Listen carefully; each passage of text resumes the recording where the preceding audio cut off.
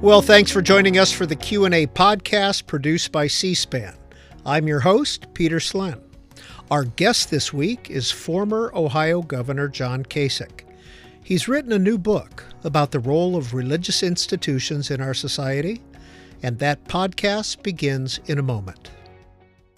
John Kasich was raised in the Christian faith, and as he writes in his new book, Heaven Help Us, he strayed away from his faith in his young adulthood, but returned to it after the death of his parents in an automobile accident.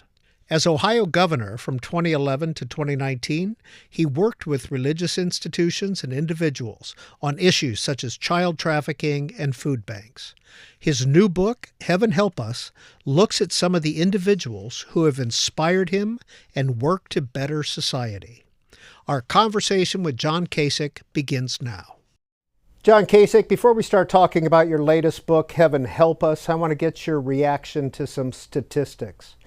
About 30% of U.S. adults attend church services regularly. That's a drop of about 12 points since 2000. Two-thirds of Americans now identify themselves as Christians, down from 90%. And in Europe, 3 to 15% of the faithful attend services regularly. What do you think of those stats?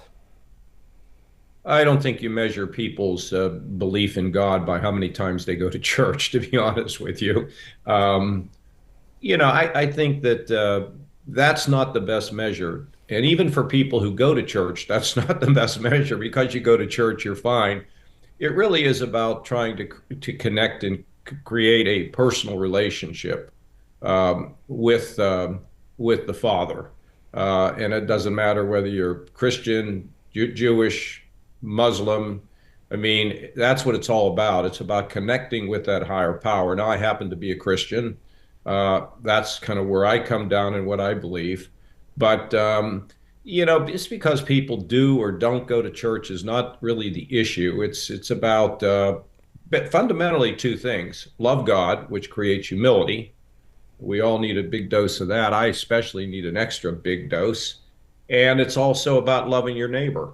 And so if you're doing those things, you're in pretty good shape. And but I'm not here to judge. I'm just here to that's kind of the way that I see it. But I'm not in the judgment seat. That's a higher power than me that can decide who believes and who doesn't, and what's the depth of their faith, whatever. That's kind of where I come from. And I wrote this book for the purposes of showing that these institutions can really be a launch pad for people who are looking to find their purpose in life, and in the process of finding their purpose and building something significant, they help to strengthen and build the community, which we all need: stronger communities, more togetherness. The subtitle of the book is How Faith Communities Inspire Hope, Strengthen Neighborhoods, and Build the Future. You write, quote, "I worry about what seems to be a societal tilt away from organized religion, and I'm always on the lookout for ways to reverse that trend and help us lean toward the other direction. I want us all to remember that faith matters for America, not as a political prop, but an essential part of our social fabric. That little neighborhood church on the corner isn't just a place to pray or preach. It's a powerful part of what holds us all together." Yeah. So just so I'm not speaking out of both sides of my mouth, I do think it's not critical to count the number of times you go to church. But at the same time, I think we need to realize that those institutions, they're sort of like, when you think about running for office, you need a clubhouse, a political clubhouse to gather. I look at the churches as an opportunity for people to go in there with their ideas of change in the world, and to be able to find support, some material support, some psychological support.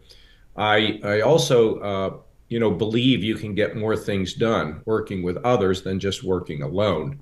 And so when we think about those institutions, it's worthwhile to check in. It's worthwhile to go and approach somebody. I'll give you a perfect example. The area of autism. So a lady in Long Island who worked with her church and other parts of the faith community to try to build some homes for the for her autistic son and for others. And she built 3 of them working inside these institutions. So I have a friend in Columbus, and she has an autistic son, and she's very worried about what's going to happen to him when he gets older, when he begins to age out. And I told her, I said, well, when Heaven Help Us comes out, there'll be kind of a little bit of a roadmap as to how you can affect change.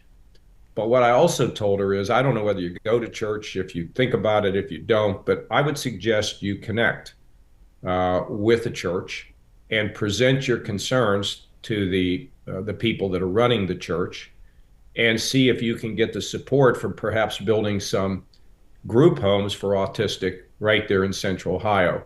It's interesting because I was doing an interview the other day, actually on CBN, and a guy there who lives in Columbus has a son who's autistic. And he said, oh my goodness, that's really interesting. And maybe I can partner with her and work with her and see if we can get something done. So after I talk to her, and if she's in agreement, I'll hook the 2 of them together, and probably we're off and running. I hope that describes it. Nearly 20 years in Congress, 8 years as governor of Ohio. As you probably well know, people can be suspicious of politicians talking about religion. Yeah, I think they can. I mean, I think, first of all, part of the reason why I wrote this is I didn't want politics to dominate the pulpit. So if you're a preacher and you want to talk politics, then run for office. And if you're a politician and you just want to preach religion, maybe you ought to get a collar. At the same time, look, I've been around long enough to know that people are skeptical about anything you say. They question you. And that's okay with me. It's just that I know where I stand, and I know what kind of my feelings are about all this. And, I think some people are going to be affected by this book. Some people will be affected by the way I describe it, or, the way I am. But for those that aren't, so be it. That's kind of life. And so I don't struggle to try to explain any of this. My interest is just trying to get the word out there, and trying to get people to consider, first of all, the gifts that they have and how they use them, and their eternal situation, how they're going to be as they age, and how do they feel about eternity. And secondly, try God out. And by the way, this is the second book I've written about faith. The first one was called Every Other Monday. It did very well. I'm hoping this book will do well, not because I need something, but I hope that the message will get out there and people will see it. And if you're agnostic and you don't really want to go and do this, there's still an opportunity for you to think about your purpose. And I don't know, I guess you could be agnostic and still hook up with a church. I don't see, or a synagogue or a mosque. I don't really, I'm not hung up about that. I think God's big enough to take care of himself. I don't have to worry about him. I just got to worry about me. In Heaven Help Us, you write that this closes the circle in a way on your first book, Courage is Contagious. What does that mean? Well, I wrote this book called, as I said, it was called, you just said it, Courage is Contagious. First book I wrote. And it was about individuals who had accomplished really amazing things, Peter. And, but when thinking about this, and there's a lot of reasons why I wrote this, I thought it would be really good if we really focused on the ability of teams of people to accomplish things. It's a lot easier because the road to achievement, whatever it is difficult. All the people in this book have had faith. They never really quite knew where it was all going to lead to, but they hung in there. And but then having some material support, being joined by others, really helped them. If we go back to the woman in my hometown who's concerned about her autistic son, if I said to her, you need to go, start a group home or whatever, I think she'd kind of like, well, I don't know how I would do that. If she's able to do it through an institution, church, a place of faith that should be dedicated to helping others, she will have some support to help her through the rough patches, because nothing gets accomplished quickly. Nothing gets done overnight that has real meaning. What was the gathering that you had during the pandemic with members of the clergy? What were you trying to accomplish? Well, I'd heard that the pastors were under great pressure to go political in the pulpit. And so I gathered theologians, some world-class theologians like N.T. Wright, who's known in theological circles as one of the most amazing guys.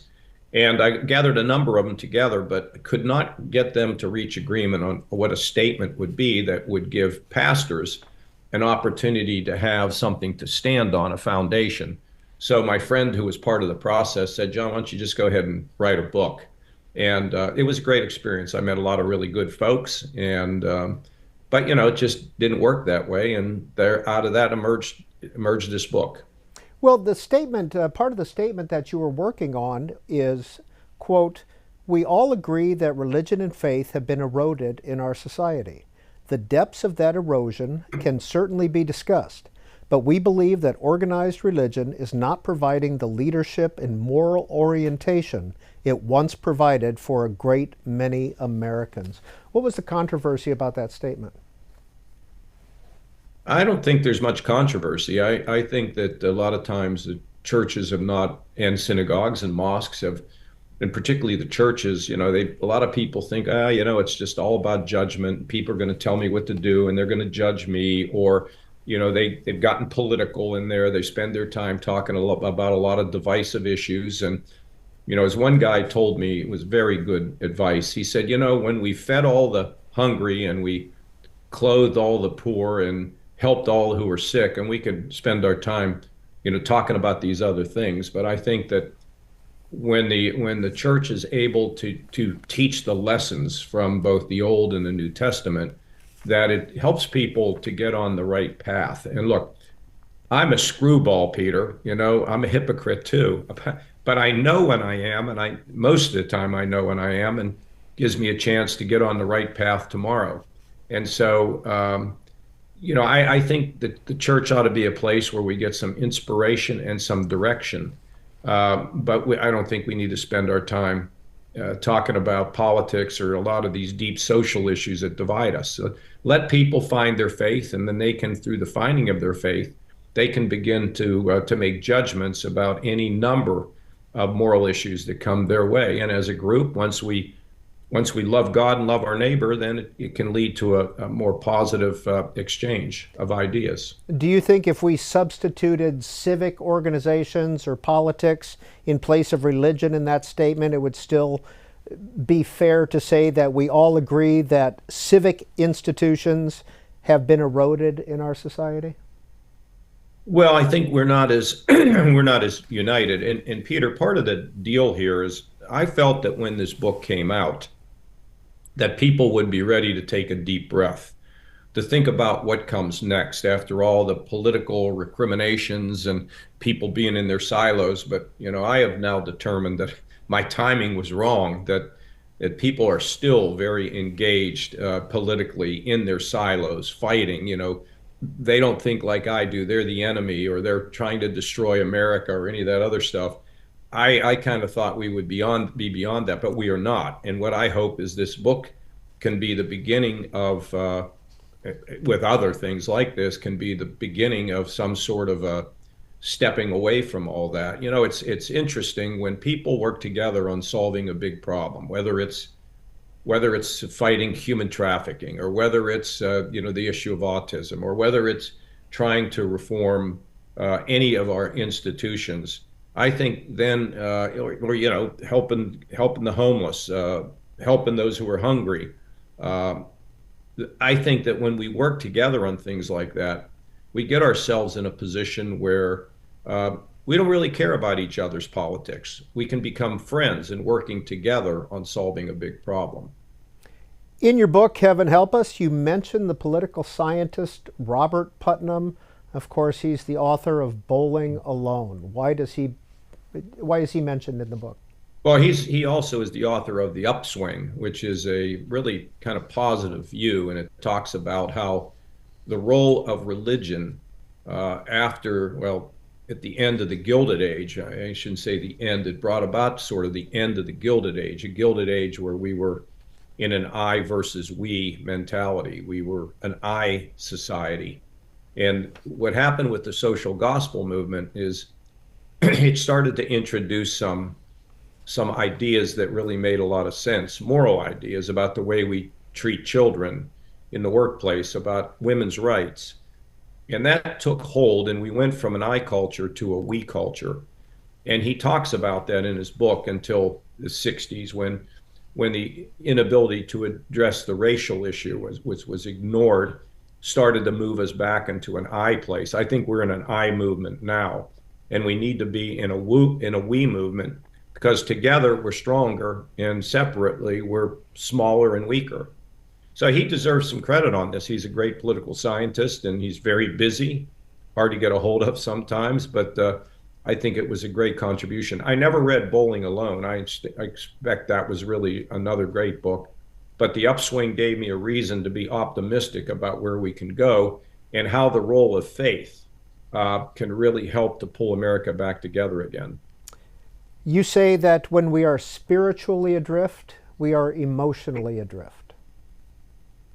Yeah, I think there's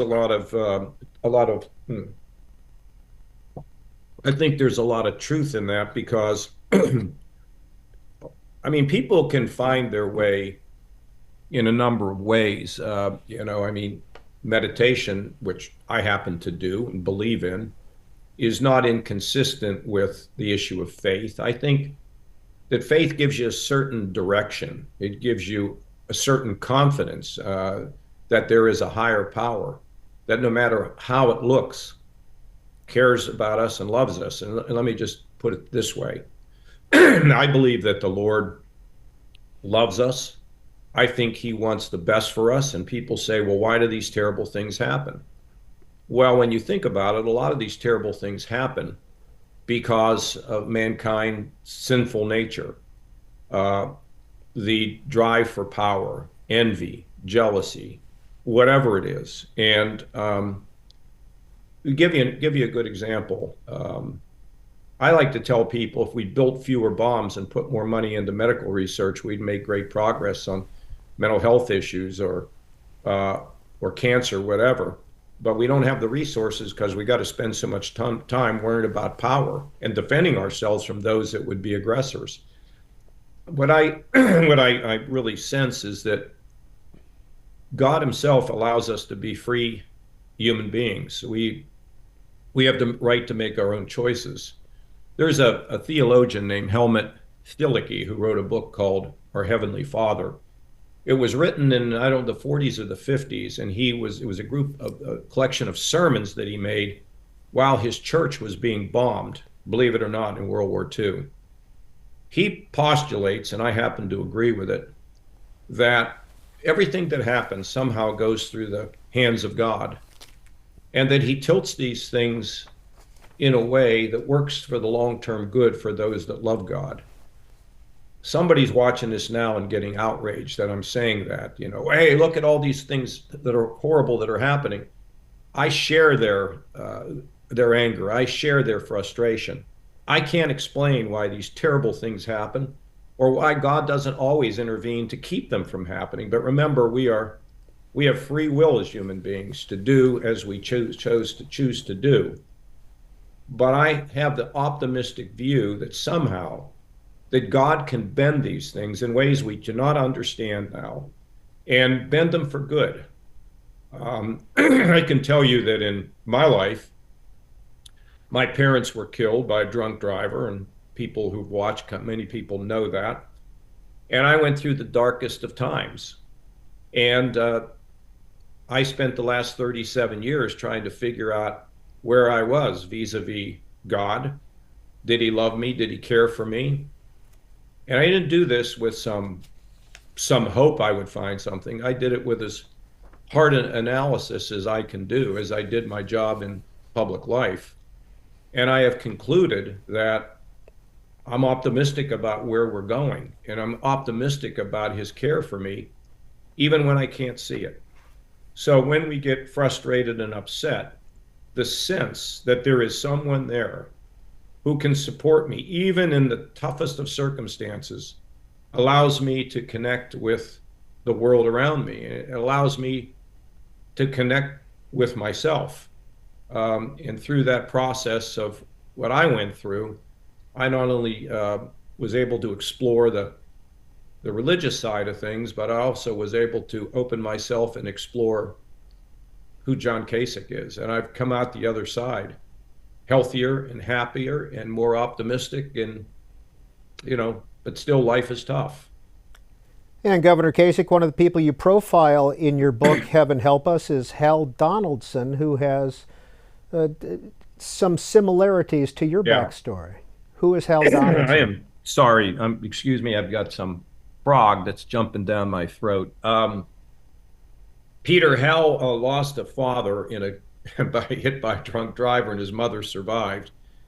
These kids were alone at their home, and neighbors gathered, and mom was in terrible shape in the hospital, and there were these three kids, and somebody took them in, and the people that took them in didn't have much. They lived in a trailer park. They were on food stamps, and Hal decided to get a good education and become something and make some money, and he graduated, and he was on his way. He was a ghost writer, and he met Mother Teresa, who asked him, "What are you doing to change the world?"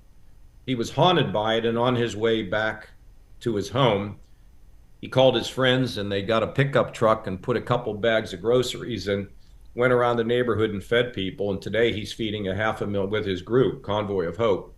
He's feeding 500,000 people around the world every day, and he appears to work with the church community during times of turmoil, storms, whatever that can happen to a community. And it's a pretty amazing story. I mean, you imagine that, feeding 500,000 people every single day. Now, that story has got a two-edged sword to it, because we revel at it, but what we can't do is say we can all be Hal Donaldson. Oh, well, I can't be Hal Donaldson, so therefore I shouldn't do anything, which is why the collection of stories is not just about somebody that's a miracle worker, but hopefully about things we can more closely relate to. My wife sort of has a mission. I like to talk about it. She doesn't think it's a mission, but I do.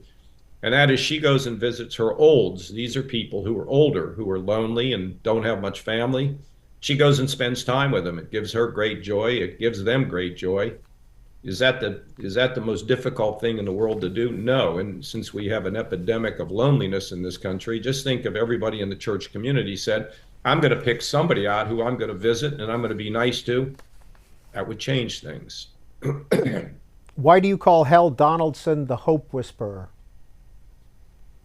Well, I mean, he's just, what he's done, there's a hope in there of what the guy who came from nothing, from poverty, to being able to change the world like this. Were you able to, when you were governor, attend his church, Vineyard Columbus? No. I was involved in a small church with a friend of mine who created it, and that church still exists. You mentioned Karen Kasich, your wife, the former First Lady of Ohio, and one of the people that you profile is Sister Joan Dauber. Yeah. Who is she? My wife got herself involved somehow when she was First Lady into the issue of human trafficking, and it had a profound impact on me, and we even changed some legislation around the idea that there was an inherent unfairness in regard to these women who had been human trafficked. And this lady, Joan Dauber, heard through some sort of a message from the church that this was an issue which she had never heard of before, and she went back to New York and she focused on it, and other parishes joined in, and they've made some progress. It's still, it's an unbelievable sin when you think about the fact that these young people are trafficked, and then they've got to be rehabbed, and it's a really tough issue. And there's a judge in Columbus who understood this issue, and he began to have a court that could fairly work with these folks to get them on, to not prosecute them, but get them on a path that could help them to redeem their lives. And my wife's still involved in that to some degree. And my hometown, I understand in fact, I pushed for a day when there could be a march against human trafficking to bring about awareness so that we can all keep our eyes open on those people, those innocent people who have been who have been basically trafficked in the slave trade business. Was that an issue you faced as governor of Ohio? Well, what we did is again change the laws where we didn't want to prosecute the women who had been forced into this, but rather the people who had put them in a position and forced them and held it over them. So yeah, there was actually a change in the law in Ohio to make things right.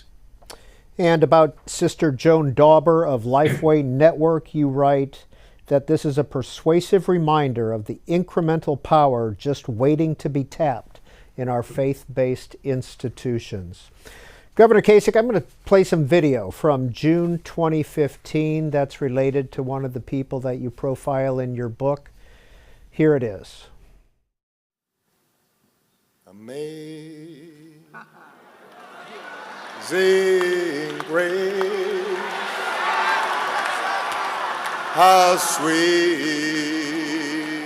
the sound that saved a wretch like me. I once was lost,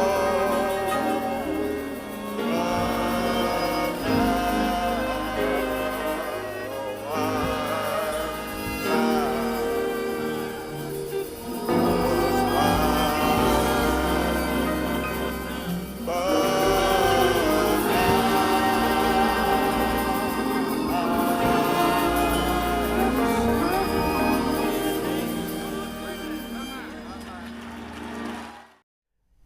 Governor Kasich, do you recognize what that was? Well, I thought it was Albert Lexie, but I've been told it was Barack Obama. I can't see that because I don't have the video here, but it was at AME Church in Charleston, South Carolina, where 9 people were gunned down during a prayer service, a Bible study by a white supremacist. And the reason I put that in there is most people know this story, but it's a story of forgiveness. It's a story of how when the killer was arraigned, the members of the family, people who had been gunned down, showed up at the trial or the arraignment and said, "We forgive you." I mean, even though the story's so well known, I wanted it in this book because it's such a profound moment in these folks' lives, and this chapter is a story about forgiveness and the twists and turns that people have taken as they ask for forgiveness, and then over time you have your doubts, they do the right thing. The pastor there has done a great job in trying to heal those wounds, and I think to a large degree they have been healed. And that's a forgiveness that's kind of hard to comprehend. And then I think about the problems that we all have where we get angry at somebody or somebody in our family, you didn't do enough to take care of mom or dad, or you got too much money in the will or whatever, or somebody slighted somebody. And it's forgiveness can be hard, but once it's done, it's pretty good. You feel better about things because you carry this thing around on your back, and we all do, including me. But if we're able to forgive, we kind of lift the burden from ourselves. Now, what happened in Charleston,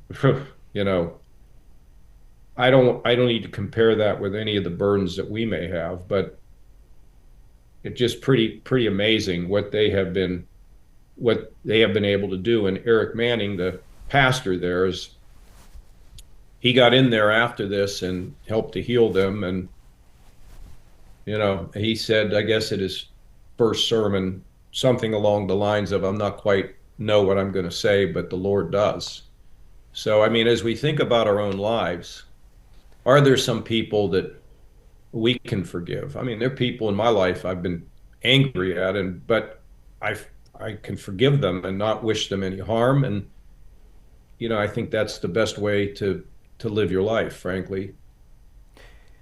As governor, is that the type of incident that would keep you up at night worrying about that happening? You mean the kind of tragedy that unfolded? The killing, yeah, the Oh mass yes, I mean murder there. we had a I mean it'd keep me up at night, but I don't lay awake at night worrying about all these things, fortunately. But we had a school shooting in Ohio. It was devastating, and it's a really interesting story. I got a call from my communications director, and I said, "Well, we better get up there right away." And he said, "I think we ought to wait until things sort of settle down. We don't want to go into the middle of that." And then a few hours later, we made the drive, and there were satellite trucks everywhere, a lot of media. But we drove around and went into the back entrance, and we walked in where the superintendent and the principal and a host of others were there. I think they were stunned to see me. And I told them that I had snuck in, that nobody knew I was there. And we chatted for a while and told them I'd give them anything that they needed to be able to heal, to get our behavioral health people up there, people who can deal with trauma. And then I left, and I went away for the night, and then came back the next day, and also went in through the back door, and we sat there, and it was really interesting because they said to me the principal was going to speak, the superintendent was going to speak, and they were going to have a third speaker, and the third speaker was going to be me. Now you imagine being in a church with the entire community showing up with speakers outside, and I'm supposed to get up and say something. Well, I talked about the darkness that I went through upon the death of my parents, and told them that I understand that darkness, that black hole, but there is over time recovery. There is over time, the sun will come up. And it was interesting because when that class graduated from that high school, they invited me to come and be the graduation speaker. And Peter, that's that was really meaningful, and I don't know what else to say about it, but it's sort of seared in my consciousness, if you know what I mean. I want to close this section by naming the 9 victims, the Emmanuel 9 as they are known: Tywanza Sanders, Clementa Pinckney, Ethel Lee Lance, Sharonda Coleman Singleton, Myra Thompson, Susie Jackson, Cynthia Graham Hurd, DePayne Middleton Doctor, and Daniel Simmons. And you quote the Reverend Eric Manning of Emmanuel AME in Charleston as saying, "Forgiveness is easier said than done. When you forgive, it's quick. You quickly say it. But then the question is, a week later, a month later, years later, a decade later, are you still carrying that mantle of forgiveness?" Yeah. Well, you think about it, and I think that what Reverend Manning said is very revealing. And it is not like when you see somebody gun down your family, how do you get through that? And it's haunting. My parents killed by a drunk driver. I was very bitter about it and bitter about him. But over time, I've come to realize that a guy could turn the clock back. He would. Now that's different than a murderer. I understand that. Very difficult. Bob Freeman, Omaha, Nebraska. Quote, "This story found me in the unlikeliest place, in the unlikeliest way, but I guess this is only fitting because it's just about the unlikeliest story you're likely to come across regarding the establishment and practice of organized religion." What's Bob Freeman's story? Well, I mean, what was so weird about it is I went to a U2 concert at the urgings of my pal Bobby Shriver. Bobby was a guy who worked with Bono on on debt forgiveness, and of course, ultimately with PEPFAR, which has saved millions of lives. And Bobby begged me to go out there, and I thought, okay, I'll go. So I went out, and I was there before the show started, and I was introduced to Susie Buffett, who's a terrific woman. I mean, she's very, very interesting. I don't know her real well, but I like what I know of her. And I was asking her if she knew any stories about Muslims, and she said, well, I kind of do. It's my friend Bob Freeman. He has an amazing story. So when I talked to Bob, Bob had a dream, and it was so vivid. He woke up and wrote it down. And Peter, I always ask people, how many dreams did you actually write down? I can't remember writing any down, but he could not escape this dream. And he went to his rabbi, and then he went to the synagogue group that was running the place. And they said, okay, he could go forward. They thought it was kind of crazy. And then he found a Muslim group that joined him, and it was the Christian group that was the hardest to find, but he found them. And what was the dream and what was the purpose? Well, it was to buy a plot of land and locate on that plot of land a church, a synagogue, and a mosque. It took 15 years, and he got it done. And there's a community center for people to hang out together and come to understand each other's traditions and beliefs. And it's been pretty remarkable, and it's located in Omaha. And it's funny, I was on a train the other day during this kind of tour I'm on now, and there was a woman there from Omaha, but she didn't live in Omaha. She was born and raised there, but her parents were still in Omaha. And I asked her if she knew about this, and she didn't, but she contacted her parents as we were on this train ride. They said, oh, absolutely, we know where it is. I haven't been there, but someday I'll go. And it's really a remarkable story. Three faiths, three Abrahamic faiths, all in one place, with kids being able to hang out together and spend time together and offer each other support in good times and bad. Pretty remarkable. And that's the Trifaith Center in Omaha. Temple Israel, the American Muslim Institute, and Countryside Community Church are all located there. You talk about a nun in Philadelphia who curses, swears, spits, and is a force of nature, Sister Mary Scullin. Yeah, I actually was able to, I know a couple of people that know her very well, and they directed me to her. And one of them is the CEO of the Huntington Bank in Columbus. He was a big shot in Philadelphia, and he said there was nobody he ever met that was like Sister Mary.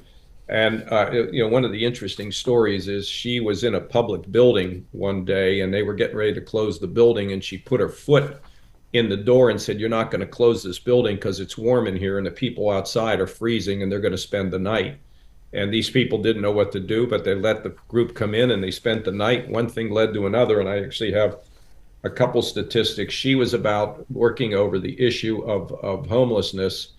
There have been 622 adults received supportive services. Let me give you some of the other numbers. 28,000 medical visits were made to the Hub of Hope, which is part of what she's connected to. 1,000 new residents were welcomed to Project Home Housing. I mean, the lady she just keeps going, and she's a very humble lady. And I keep telling her how I've been told that when she goes and walks down the streets in Philly, people come out of their homes to see her and to meet her. And I told her, what an amazing person she is. And she goes, well, I'm not amazing. It's the people that I get to know who are amazing. It's just the whole thing is remarkable. And we think she's raised about $100 million from the business community to support all of her programs. She just never gave up, and she's a lovely lady. I've just been emailing her back and forth, and it's an amazing story, and she's really put a dent in the problem of homelessness in Philadelphia. And I think anybody there who's holds any kind of a position knows who she is. I was talking to Ed Rendell, the former governor of Pennsylvania, and the former mayor, and he's like, oh, Sister Mary, everybody knows her, and my pals know her, and it's really great. She's something. Hell on wheels. And by the way, all of the people in her order have supported her effort. She didn't do it alone. She had a lady who partnered with her. It was a group, and it shows what can happen when a group of people are able to work together. What do you say to people, Governor Kasich, that this is not a new issue? That why are we still working on the issue of homelessness in 2025? Well, I think it's complicated. I mean, people buy a plot of land and they've been made an investment, and then, or how are they going to recover their investment, and what are the housing, the zoning laws, but the issue of affordable housing has now become really front and center in many communities. I know it has in our community in Central Ohio. So it's like so many things. It takes will. It takes leaders who say they want to put the good of somebody else ahead of their own personal good, and that doesn't mean we can operate where people can't make any money whenever they build housing. That's not going to work either. But the idea that we're smart about how we do it, that we have leaders that are able to forge a path that is able to accomplish this. It's no different than the problem we have in politics today. For example, with our growing debt. At some point, it's going to strangle us if we don't get on top of it, but we're going to need leaders on both sides who are going to be willing to sit down and try to fix this. The same way we have to get a community of people to try to fix things when it comes to affordable housing.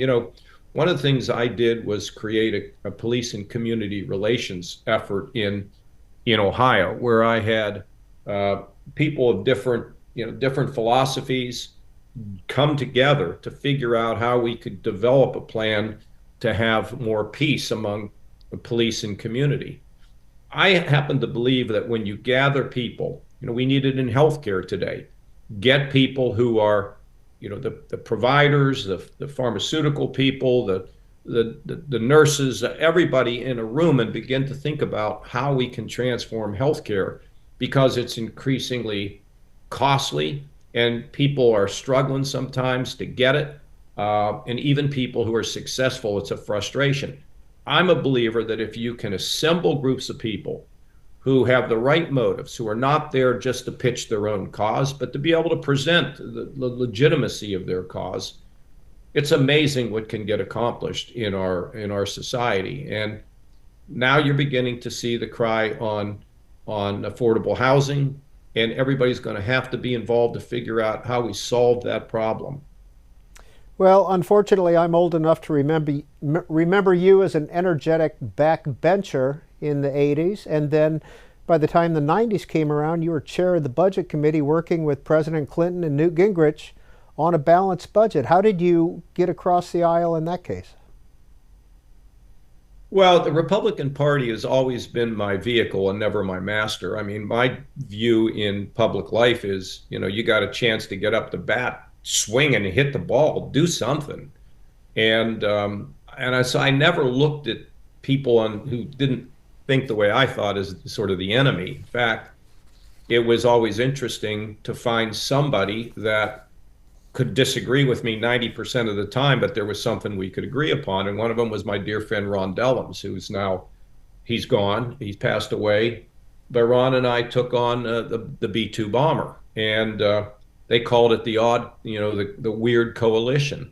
There were a number of things that I got involved in that way, and I never thought of an issue as being, sort of Republican or Democrat. I mean, if we have a problem, we need to fix it, and it doesn't mean that there's you can break the mold in terms of how you go and fix it. You don't have to have these restrictions on you in terms of how you maneuver to solve a problem. It's silly. And then when it came to the budget, I fought my own party for a long time, and kind of got beaten up a lot. But the more I got beaten up, maybe this is part of what I've learned, the more that people would pound on me, the more support I would get. And then I became the budget chairman by one vote over the establishment guy, and we're kind of off to the races. And it was great. And think about this, not only did we balance the budget, but we also, through surpluses, were able to pay down the largest amount of the publicly held debt. We reduced the capital gains tax, and revenues just poured in. I did kind of the same thing in Ohio when I became governor, because we were way in debt. So now when we face this problem today, and this is a problem that threatens our children and our grandchildren, if we have to start running a printing press to pay our bills, we're going to need people of courage, Republicans and Democrats, that say we need to re-engineer these programs. We need to get ourselves on the right track. And if we do that, America can be strong well into the future, as opposed to limping and getting weakened by what could be a catastrophic collapse of our economy. Governor Kasich, we talked about a few of the people profiled in your book, but there's another 10 to 15 in there that we didn't necessarily talk about. But what is that commonality, that lesson that we should pull from these people? Well, I mean, they all saw a purpose, and they all found their purpose. And most of them didn't know how this was all going to come out in the end. But through their faith and through the help of these institutions, where they were able to garner some resources and some psychological help to just keep on keeping on, they were able to accomplish amazing things. So when people, for those that are listening to this, when you see something out there, and look, we tend to focus on the big shots, what's up way up the top. But most of the things that have happened in our society that have brought about significant reform have come from the bottom up. And the best example of that, of course, is Martin Luther King. He used the power of moral clarity from the bottom up to be able to change civil rights laws in the face of people, including people who should have been with him, who resisted him, but he got it done by being able to bring people together. I always like to say, who would you miss more if they went on vacation, your trash man or the Secretary of State? And we know the answer to that, Peter. So the fact of the matter is if you're watching this, is there something you feel that bugs you, if you want to be part of building a community, if you want to find your purpose as a person, consider this. This could be somewhat of a playbook for you to do that. And it's been very interesting. I've done countless numbers of interviews about this now, and it seems like every time I do it, there's sort of the wind under my wings to be able to talk about this. It makes me feel so good. And what you'll find is if you engage, you'll help break down silos. You'll make friends. You'll build a stronger community. That's what the Lord wants, in my opinion. One of the names that keeps coming up in this book is John Palafoutis. Who is that? John Palafoutis. I'm so glad you asked that. As we were talking, I noticed that he called me, but I've got the phone on mute. And when my parents were killed, out of the blue, he showed up at my office. He was working on Capitol Hill, and he was there to help me through these really, really tough steps of trying to recover. Because I had always feared that my parents would be killed by a driver, and it happened, But I would call him day or night, mostly during the day when I would be at work, and he would just drop everything and come and see me. He was ministering to me, trying to help me. He's become a great, great friend of mine. And, he kind of smiles at me when I get too full of myself. But he was important in terms of this book. He was one of the ones that understood what I wanted to do in gathering those theologians. He and another friend of mine, Tremper Longman, who's an Old Testament scholar, an Old Testament genius, as far as I'm concerned.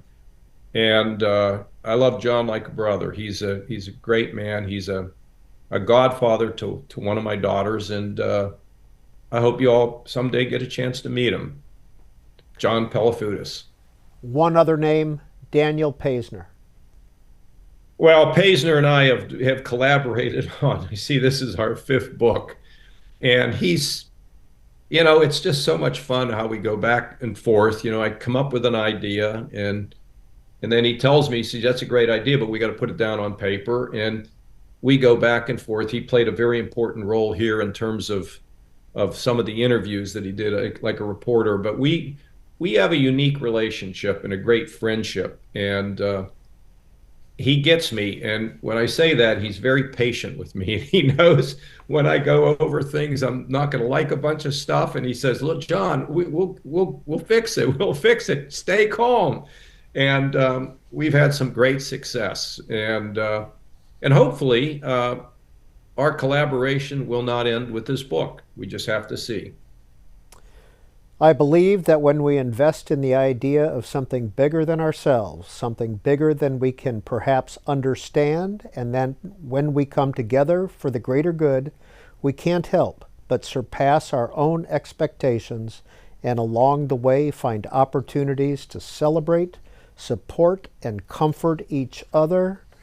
Heaven Help Us is the name of the book, How Faith Communities Inspire Hope, Strengthen Neighborhoods, and Build the Future. Former Governor of Ohio, John Kasich, is the author. Thank you for your time. Thank you, sir, and good luck to C-SPAN. Let's just keep going. Well, thanks for listening to this week's Q&A podcast produced by C-SPAN. Now, if you like this podcast, tell your friends, rate and review us, and follow us on social media @BookTV for more updates and schedule information. Well, are you looking for more of C-SPAN's book programming? Follow our Bookshelf podcast feed, your one-stop source for the Afterwards, Book Notes Plus, and Q&A podcasts. Discover compelling conversations with authors, historians, and thought leaders all in one place. Subscribe to C-SPAN's Bookshelf podcast today. And next week on the Q&A podcast, our guest is former California Republican Chris Cox, who spent 14 years researching and writing about Democratic President Woodrow Wilson. Congressman Cox's book is entitled Woodrow Wilson, The Light Withdrawn. That's next week on the Q&A podcast.